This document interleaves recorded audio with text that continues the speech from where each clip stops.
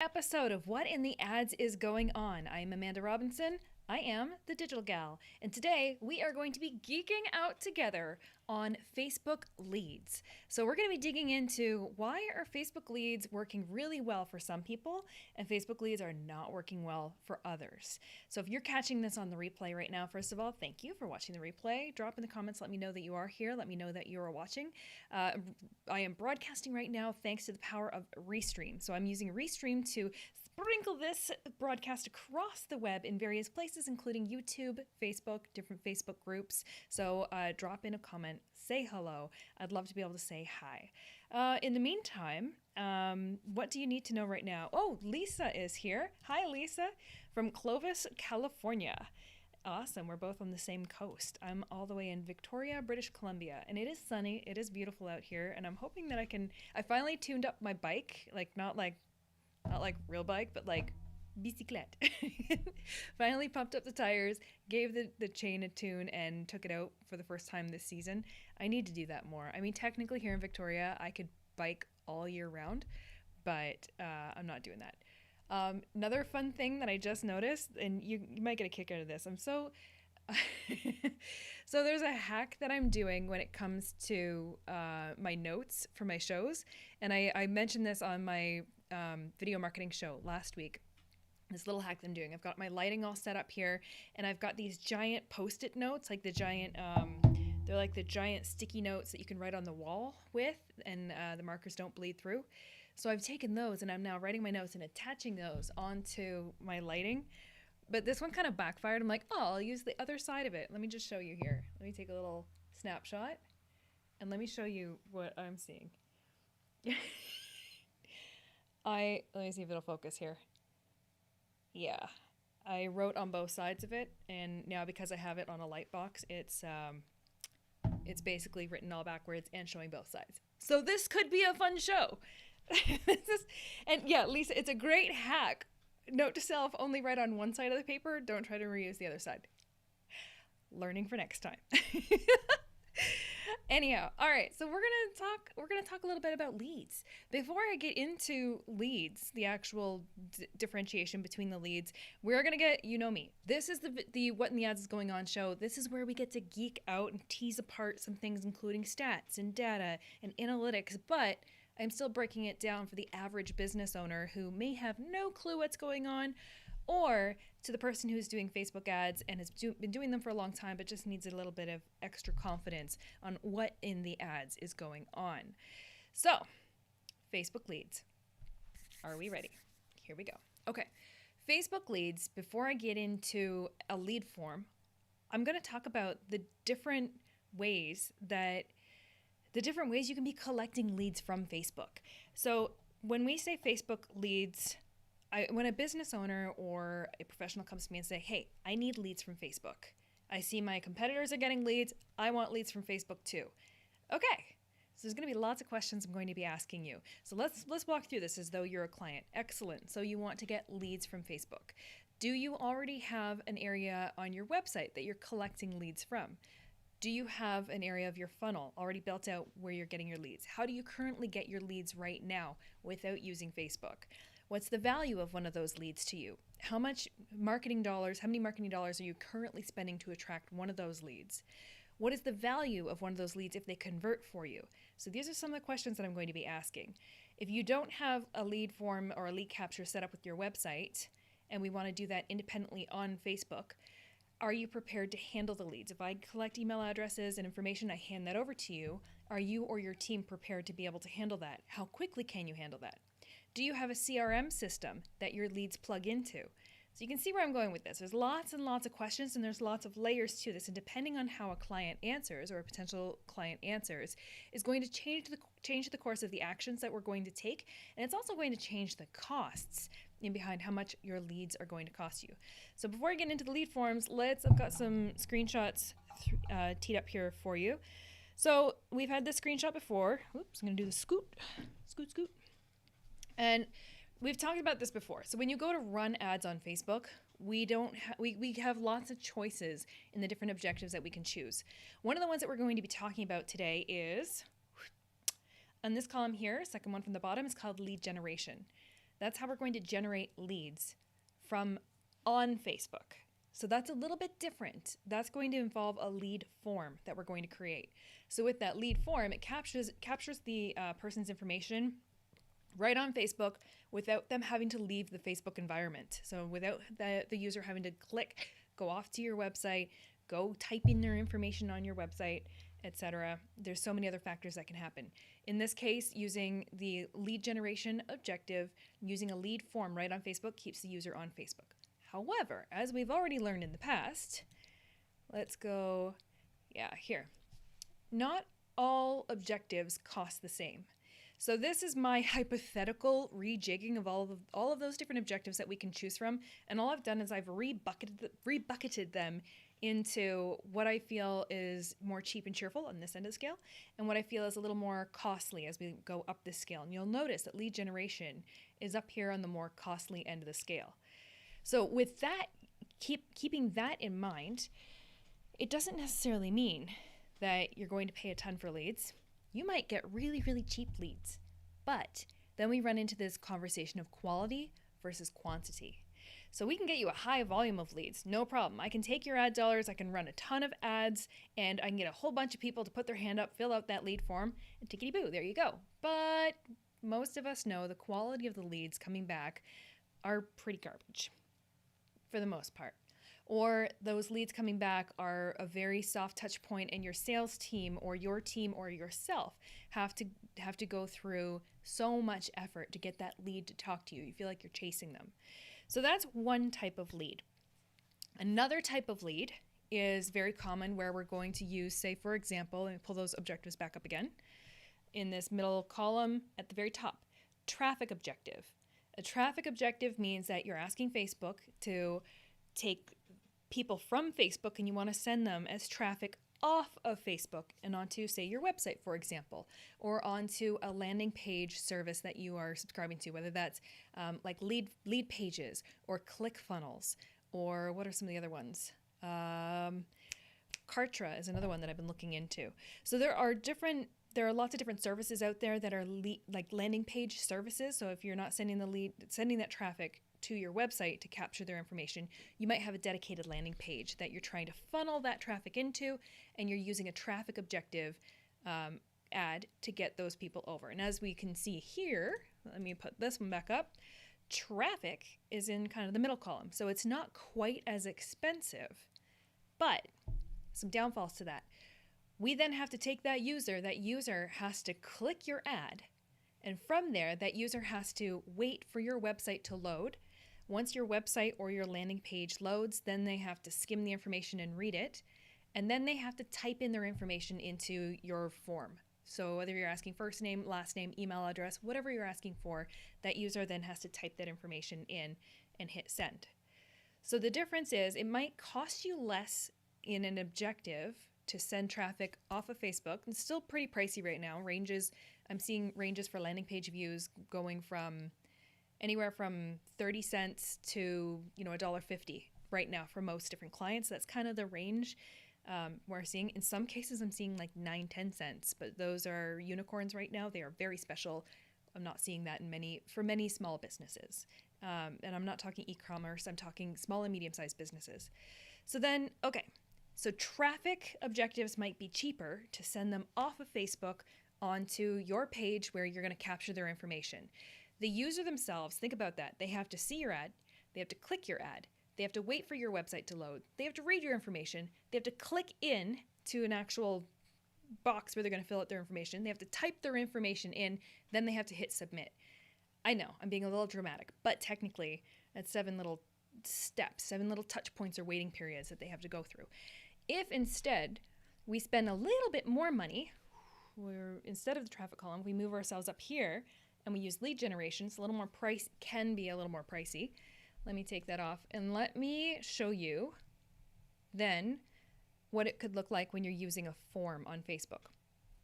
So a form, if they were to click, they still have to see your ad, they still have to click on the link in the ad, but instead of waiting for your website to load and going off of Facebook's environment, they're staying right there inside their mobile device. They're staying right on Facebook. And this pops up. So you can create your form using the image from your ad. You can have a headline, and then this is a list. So I'm typing out the 4 weeks of the Facebook Ads Bootcamp, which is on right now, by the way. So if you're already a member of Swift Kick in the Ads, or if you are already a member of the boot camp, the 4-week Facebook Ads Bootcamp is going on right now. We're already 2 weeks in. So we've already covered off creating ads, and we've covered off audiences and targeting. Next week we have budget and strategy, and the following week we have reporting and optimizing. So if you're not yet a member, you should definitely go to swiftkickintheads.com, sign yourself up. The replays are instantly available, and the other 2 live trainings are happening subsequently. Giant shout out to Tina, who is in the house. Hi Tina, I'm so glad that you're here. Thank you. So this loads instantly. It opens up right there inside the Facebook experience.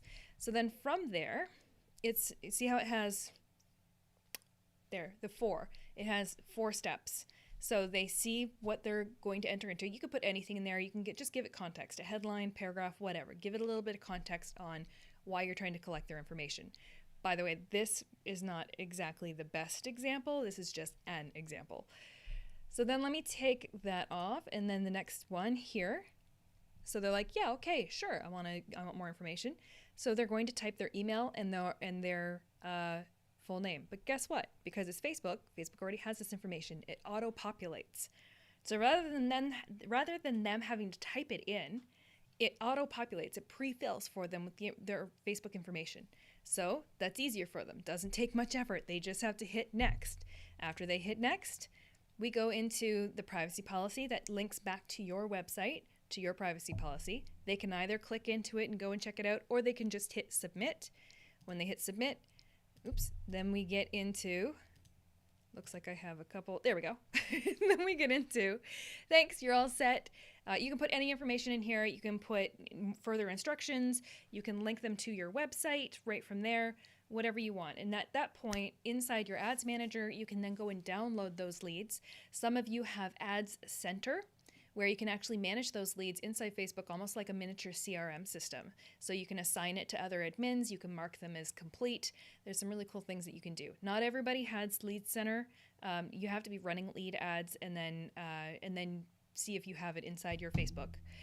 So that is typical. Now notice at the top of this form it says this is, well, you can't really see it. Let me drag it down here. More volume.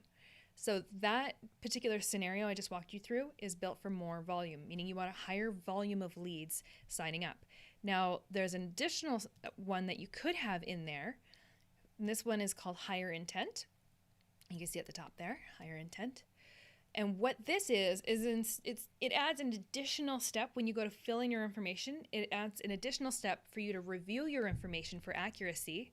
And then at the very bottom here, you actually have to slide your thumb across, there we go. You actually have to slide your thumb across the screen to submit it. So you're not just tapping buttons and blindly going, yeah, whatever. You actually have to look at your information, slide the slider and go, yes, I'm intentionally submitting this information. So that's why it's called higher intent, because it has a higher intention from the person filling out that information, which can bring you higher quality leads, but it's also adding an additional step. So every single one of these little steps that we are putting every single time somebody has to tap, wait for something to load, click, read, it's an additional step. Every single one of those steps can increase your abandonment rate of people just not taking the effort to fill it out. So we've got pros and cons. Let me pull up that the little price list thingy again here. Where were we? Objectives. Let's go this one. So let's pull this up again. So on one hand, okay, if we go for a traffic objective in that center column at the top there, it can be a little less expensive than a lead generation form, because here's the thing. Facebook knows if you're collecting a lead, you are taking somebody's data and you get to keep that data. It's yours. Well, once you collect that data and it's yours, Facebook knows you're only doing that because it has some high value to you. And they're going to charge you money for that. So Facebook wants to get their cut out of what you're going to eventually be making on these people anyway. So lead generation can sometimes be a little more pricey. Whereas traffic is usually a click off to a website. Doesn't mean that when that person gets to that website that they're going to fill out that information and give you information. Doesn't even mean click traffic off to a different website. Doesn't even mean we're sending them to a place where they can fill out a form and we're going to collect their data. It just means a click off of Facebook and off to a different destination. And that doesn't necessarily always hold as much value for an advertiser compared to collecting somebody's data straight off of Facebook. So that's why pricing can kind of shift and change a little bit. And then there's this third type that I haven't talked about. I've got a video here for you. Let me pull this down, that one down. Nope, that one stays up. Where am I? Where is that one? There we go. Pull that down. I'm using Ecamm, by the way, for this. If you have a Mac, you can always download Ecamm, and then you have all these different scenes and all sorts of cool things that you can do, including this. So let me throw up this little video preview here. Okay, so this is gonna autoplay. So this is an example, ignore the top part. This is an example here of going through, filling out an email, filling out an address. This is all through a messenger chat bot. So you can see the user is still having to manually type in information. It's happening directly on Facebook Messenger. So it's definitely higher intent, definitely a lot more work than filling out this information using a Facebook lead form where basically information auto-populates and you're just tapping like, yep, yep, yep. Here we have to type in our information and actually go through the steps. It's a lot more work. You can program your messenger marketing chatbot to ask for any amount of information. So you don't have to be asking for a full address and all of that. You can, yes, that's correct. So I'm double checking it with them, asking them, okay, is this right? Yes, it is. Okay, well, there you go. We're going to send you out a sticker. By the way, if you actually want to do exactly this right here, put me back on screen. If you want to go through that exact bot flow, just go on to the Digital Gals Facebook page. It doesn't work if you're anywhere else on the web. If you're inside of a Facebook group, doesn't matter. If you're on the Digital Gals Facebook page and you just type in the word outstanding on any of the posts there, it'll wake up my BF, my bot friend, and he'll send you that message, and then you can go through that whole flow yourself. And then I send you out some beautiful Digital Gal stickers. I like my green screen sticker thing going on here. So that's an example of lead capture, but that's done in a completely different way using a messenger marketing chatbot. And when we wrap that back into costs, let's pull this up here. This is an example here of some of the costs per messaging conversation. So these are going to be all over the rainbow, all over the map as far as costs go, depending on what kind of business you are, how much you're spending on your advertising, how competitive that industry is. Let me tell you, if you're in real estate, it's pretty darn competitive, and your per message conversations are going to be expensive. Tina, you got your stickers. Yeah, that's awesome. So glad. I'm glad because I've got some that I sent out internationally that are just really taking a long time to get to people. I sit here, I put a little stamp on the envelope and everything myself, handwrite, send them off, and sometimes it take a little bit longer. So I'm really happy to hear that you got yours. Oh, and Lisa too received those stickers, and they are awesome. Yes, thank you. So that's my form of lead generation. Now, if I were to run that, see, I'm doing that organically just through here, through chatting with you guys on live video, guys and gals and everybody in between on live video, and that's the opportunity that you can get into. Now, if I was running that in an ad, it would probably cost me around this much per message conversation just to start the message conversation. So that's just to get somebody to click on the ad to start the conversation. Once they've started the conversation, let me pull that video back up. Let me pull this down. That comes down. Oh, by the way, if you like the stickers, these are now available in my Facebook shop. The Digital Gal on the side. So we're kicking the ads on this side, and it holds an entire pot of coffee, like legitimate, which I just refilled. Anyway, so let's go back to that video, for example. So that's just, ignore this top portion, that's from previous, but let me hit pause. Let me just hit pause right there. So that's just to get somebody, let me reverse it to here. Just to get somebody, I know, right? Just to get, yay! Oh my gosh, I'm so glad that you guys are watching right now. So those ad costs that I was talking about, let me pull that back up here. Messages, let's pull you over here. Gosh, I love how Ecamm is like this open sandbox that I can do all this with. So just to get somebody just to open the conversation and start talking to my bot, if I was doing this through ads, would be costing me somewhere around $7 or $8 per whatever that is. And then from there, the actual cost, if we look at, the cost of the stickers and the cost of postage, of mailing, it's still going to be anywhere from $5 to $10 per unit that's getting sent out. So if I combine those, I'm paying, on worst case scenario, we'll say $15 to $20 per one of those that gets sent out if I was doing this through ads. That's expensive. But in my case, I'm collecting the full mailing address. If we go down here, there we go. I'm collecting a full mailing address. So in that case, that's very high value to me. That's extremely high value because I've got your data now, but I'm respecting it, not going to abuse it. But that's a much higher intent versus, let me go back here. Let me pull this guy back over here. Versus if I was using a lead form right here, where somebody can literally just tap the next button. Their information auto-populates. I don't have to do anything. Just tap the next button. And then, yeah, okay, I don't want to go read the privacy policy. I believe you. Tap the submit button. Oh, and I've got that one in there a few times. And then I get to the thank you. Cool. Information submitted. How hard was that? Tap, tap, tap, done. Or if I wanted to step it up a notch, I could add in that additional higher intent. Instead of just tap, tap, tap, done, make you go slide to submit. That's much less work than filling out my whole messenger marketing chatbot. That's much less work than waiting for your website to load that's probably not totally optimized for mobile and may not have the best layout on mobile. And I actually have to go and click into your form on your website and go and type in all my information myself and then hit submit. So it's kind of that squirrel distraction off of Facebook, off of what I was doing. So each of those things have different costs associated with them. All right, so that's portion one of this whole conversation about the costs of leads. So that's 3 different lead examples. One is a lead form right on Facebook. The second one is clicking off onto your website, onto lead pages or ClickFunnels or directly on your website if you are collecting, if you have a form on your website or on any of those third-party places that you're sending people to collect their information. 3, using a tool like a messenger marketing chatbot to collect information. And you can actually make that as creative as you want, as basic as you want. You can send them down all sorts of different rabbit holes. I have another game that I play with people. What was that? Truth or Trap. It was a Facebook ads Truth or Trap quiz. That's another one. So there's all sorts of cool things you can do in that regard, but all of these things have varying degrees of how much they cost. That's part 1. Part 2 of this is, how good is your funnel? Do you have a funnel? How good are your audiences? Do you have audiences already built up, or are we starting completely from scratch? So if you're an advertiser and you come to me and you say, okay, I'd like to do some Facebook ads and I want leads.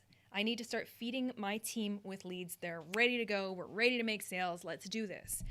But if it's a brand new product that you've never sold before and you haven't proven that that item sells, if you have a sales team or a sales process that you've never tried before and you haven't proven that it converts your ideal client or customer, if you have a brand new ad account and you haven't run ads through it before and you are targeting a completely cold audience of people who don't know you, all of those are factors that are going to impact the cost of your lead ads. So I'm saying all of this because I don't want you as an advertiser to be looking over your shoulder at your competition and going, how come they're getting all these leads? How come they're telling me in a Facebook group or a common forum that we all, divulge information in, they're saying that they're netting leads at 50 cents a lead and they're converting all of them and all of it is working so well for them. There are lots more questions to that. It's like, okay, well, how are they getting that lead? Is it a lead form right on Facebook that they're getting? And once they get that lead, how many of those are actually converting? Are they high quality? Are they low quality? Of that, okay, what if they were paying 50 cents a lead, whereas you might end up be paying $7, $8, $12 per lead? Some people pay $50 per lead, but if it's $50 a lead and then they're converting them at $1,000 per unit, they're still making bank. But if they're catching leads at say 50 cents a lead, but then they follow up with all these leads and it's just crickets. They're not getting anything out of it, which is so common from Facebook. It's so common. Then it doesn't matter what their per lead price is. It's when we add it all up together, how much effort have they been putting in? How hard was it to actually turn that into a sale down the road? So there's a lot of questions when you're comparing yourself, measuring up against your competition. How did they get those leads to convert it so low? Well, no two advertisers are starting from the same starting point in this race of advertising. So for example, imagine you're starting way back there, you're 5 miles back before the even basic starting line. You're 5 miles back. You have to start from way back there when the race starts, because you're starting from scratch. You don't have any warm audiences built up. You have a brand new product you've never tried before. You don't actually know how to sell it to the ideal audience that you think wants it. Go back 5 miles, start back there.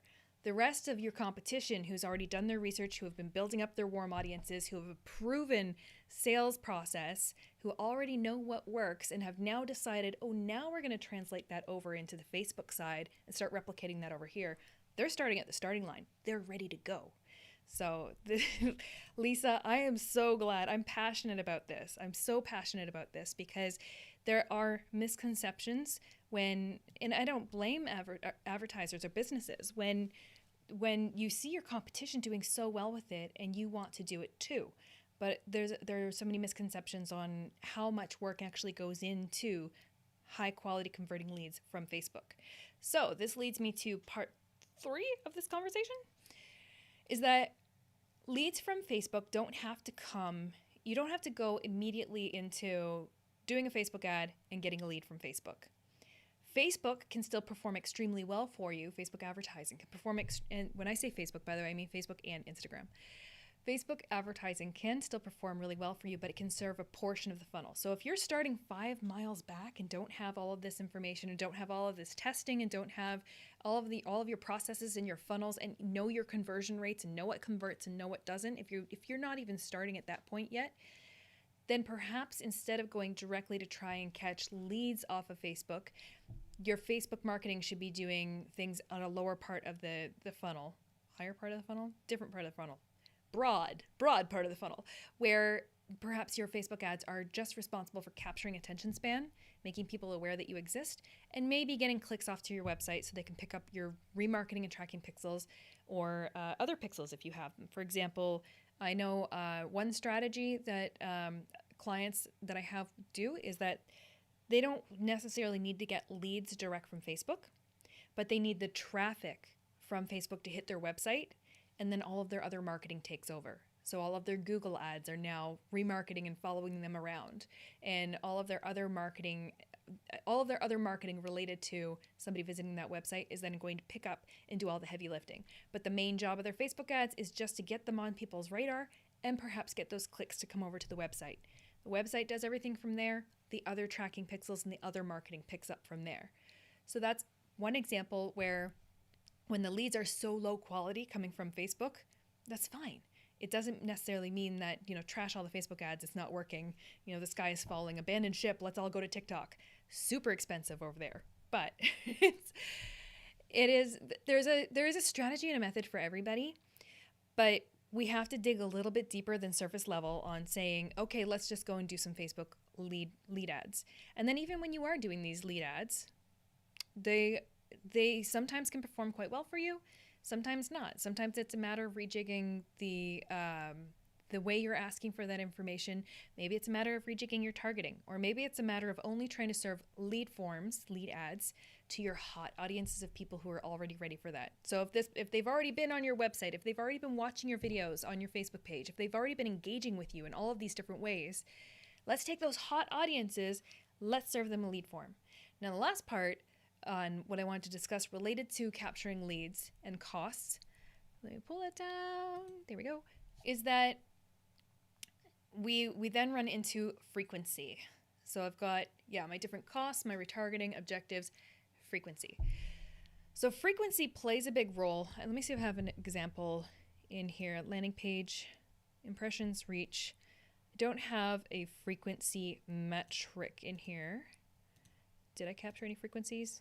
No. Engagement, frequency. Nope, no frequency. Let me pull up that landing page one. Okay, so for this example though, to tell you what your frequency is, so take your impressions, take the number of impressions you've had, divide it by the number of people you've reached. The impressions so reach is how many different sets of eyeballs, different people did you reach. Impressions is how many times where they serve that ad. And that impression can take place in multiple different places across Facebook, Instagram, the audience network, all sorts of places. So your ads can be spread out and placed in a whole bunch of different ad placements. So one person might see it on Facebook, then they might see it in Facebook Marketplace, and they might see it in Instagram stories, they might see it in the Instagram feed. That's 4 impressions, one person. Frequency of 4. So that is, and then when we start scaling that up, then we can start to see that, that top line there, that 900 people reached 3,000 times, that would be a frequency of around 3. So it means that every person is seeing that around 3 times each.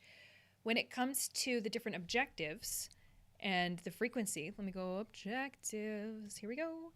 When it comes to choosing different objectives, your frequency is going to change. So for example, on the brand awareness and reach, the cheap and cheerful side of the scale, it doesn't cost us as much. Those are going to be a frequency of about 1. We just want to drive by. We just want that ad to drive by somebody's feed. We just want them to see it, and we're done with it. That's it. So they don't need to see it a ton of times. Whereas if we move up the scale, if we're in this consideration column here, frequencies of 2 to 3 are quite average because they need to see that ad a few times to be encouraged to recall it and to take some action. And then when we get up into the conversion area, or if you're not in e-commerce, or into like lead generation, I've seen lead generation ads get an average frequency up around 6 or 7. So 6 or 7 times per individual being hammered with this ad. But when you're getting to the point where you're asking somebody for their information, there's a cost behind it. And it's like a radio ad. You sometimes need to hear that ad on the radio over and over and over and over before you realize, yeah, I do need a new lawnmower. Well, I guess they are on sale at Home Depot. I might as well pick up a barbecue while I'm there too. So you need that repetition before you get to the point where it sinks in. So the higher the ask, the more repetition we typically see when it comes to Facebook advertising. So your lead forms, if you're trying to go for lead forms, you might have a higher frequency. You might have a smaller niche audience because we're going after your warmer, your hot audiences who are ready to buy. And then we're putting them into a scenario where you are ready to convert them. So if any of those areas of your funnel or your system are a little bit rusty, or we don't know what those conversion rates are, or we don't have a proven sales system, or we don't even know if that customer even wants that product, then you're spending a lot of money to find out. And that's why we say that when it comes to your Facebook ads, it's an amplification game. You are amplifying everything with your ads. So you are either amplifying everything that's working, so you're taking a system that's working and you're amplifying it and reaching more people and getting more people engaged and increasing your sales that way. Or if you have a system that isn't working, it's going to take whatever you have that's broken and it's going to amplify it, and you're going to know right away something's broken. And then you can kind of backtrack it depending on what the numbers and what the results look like. We can backtrack it to diagnose what's not working. Is it your landing page that's not working? Is it your ads that's not working? Is it your targeting that's not working? We can backtrack it, but I'll tell you, doing it that way, troubleshooting and backtracking, can get expensive, especially when an advertiser wants to go in. They're like, all right, I've got $5,000 to spend on this project. Let's scale it. Like, okay. Have you sold this before? Do we know if this is going to work? Have you sold to this audience before? Yes, no? Okay. Then instead of taking that whole $5,000 and dumping it on these lead forms and rolling with it, we're going to chunk out a little bit of that, do some testing, and we're going to find out, we're going to amplify those areas that are broken. Then we're going to go retool it. We're going to fix it.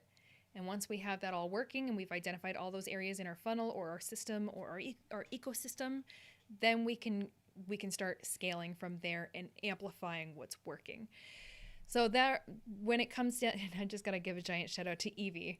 It's Evie! Evie is in the house. Evie, I just am so thrilled every time you pop onto my live streams. Thank you. Honestly, you are like one of the most badass gals that I have encountered, and it's like fuel to my system when you pop on a live stream. So Evie, you are amazing. So when it comes to capturing leads from Facebook, if I can leave you with some parting thoughts, leads from Facebook are quite expensive. Leads from Facebook without a warm audience are generally garbage leads. They're usually not very high quality. They're usually very expensive to acquire, and they're usually very hard to convert. Usually. However, if you have a whole system that you've been working on, fine-tuning, and you know what works, you know your audience, you know your content, you know, it's much easier to make lead forms convert very well for you. So I don't want to discourage you from using them, and everything I'm saying, take it with a grain of salt, because again, I work mostly with small businesses and entrepreneurs who are not working on international scale. They're not working necessarily. I keep throwing out the example of e-commerce, because e-commerce, the rules of the game are a little bit different. It's easier to scale things quickly. It's easier to sell the widget. If somebody wants a 35-cent widget, they're either going to buy it or they're not. You don't need to do a lot of retargeting. You don't need to do a lot of audience research. You're going to be using your lookalike audiences. You're going to be using you're going to be using interest-based targeting. So it's a whole different ball game. So everything I'm saying with lead forms are expensive, and these are the average costs, and messenger bots, and landing pages, and lead forms, all of this. It's going to be different depending on what industry you're in, and there are going to be different standards depending on what industry you're in. So trying to measure yourself up against a competitor, there are so many factors that play into what area that starting line they're starting from, and what area the starting line you're starting from, and how competitive you will be when those ads go into auction, and how you can convert those leads once you get them in your hands. So take it all as just soak in the information. That's all. Just soak all of this in and take it into account when you go to create a strategy for your advertising. And if you are looking for some help and direction on how to create a strategy behind your Facebook ads, really highly recommend you jumping into that 4-week Facebook ads bootcamp that is on right now, because week 3, which is this coming Tuesday, week 3, we're talking about budgets and strategy. How much money do you need to spend, and what strategy can you match that up to with your ads? How do those two things connect, and how do those two things make sense? So do you need to make your strategy first and then find enough budget to fit it? Or do you need to take your budget, figure out how much you have to work with, and create a strategy to match that? And no two strategies are the same. So we talk about that this coming week. And Tina is soaking it all in. Thank you, Tina. And the boot camp, by the way, once you're in the boot camp, you're in it for life. Even so, you get the boot camp by becoming a member of Swift Kicking the Ads. If you cancel your membership at any time, you still stay in the boot camp for life. I don't kick you out of the boot camp. And that's because if you are trying to learn Facebook ads from me, I leave you in there. I keep it open all the time, and I rerun it at least 4 times a year, because Facebook changes that often. So I don't want you to get in to try and learn Facebook ads from me, get overwhelmed, too busy, not have the chance to implement and try it out yourself, and then 6 months down the road go, oh, now I want to do what Amanda taught me, but that information's outdated. No, I got you. I got you. So you can retake it as many times as you want, and you can and I rerun it live every 4 months so that the information is current. And right now there are lots of changes thanks to the lovely Apple iOS 14 updates that are wreaking havoc in our Facebook ads life right now. So if any of that is appealing to you, sign up and become a member of Swift Kicking the Ads. Members get these lovely, beautiful Yeti branded Digital Gal limited edition mugs as well. So yeah, hop on over, come join us. Bootcamp's in session right now, and then after this, you also have all of the membership with Swift Kicking the Ads, and we have open office hours every single Monday. So we can jump on a Zoom call, you can screen share, I can help you troubleshoot any of the Facebook ads, questions, issues, whatever you're running into in your day-to-day work life. So with that, this show is called What in the Ads is Going On. This is where I geek out with you on everything what in the ads is going on with Facebook advertising. This show is sponsored by Restream, and I'm using Restream to broadcast this into multiple locations all the way across the web, YouTube and Facebook groups. If you haven't signed up for a Restream account to go check it out yourself, you definitely need to. They have their own studio where you can do live broadcasts, make them absolutely stunning and beautiful, and they are drag and drop easy. So you don't have to have any live streaming skills. I'm using Ecamm right now. I'm using Restream to broadcast this, but I'm inside Ecamm right now. Ecamm is only for Mac. If you don't have a Mac, and if you don't want to go through the complex, geeking out on the live streaming levels that I'm playing around with here in Ecamm, Restream makes it so easy for you. So you go to thedigitalgal.com/Restream, sign up for a free account, go and play around with it, check it out, see how you like it. And if you want to see a test drive of that, every Thursday I have a show called The Video Marketing Show, also sponsored by Restream, and that is produced entirely inside the Restream studio. So I'll be back here tomorrow, Thursday, with the Video Marketing Show, and I'm going to be talking about, what am I talking about?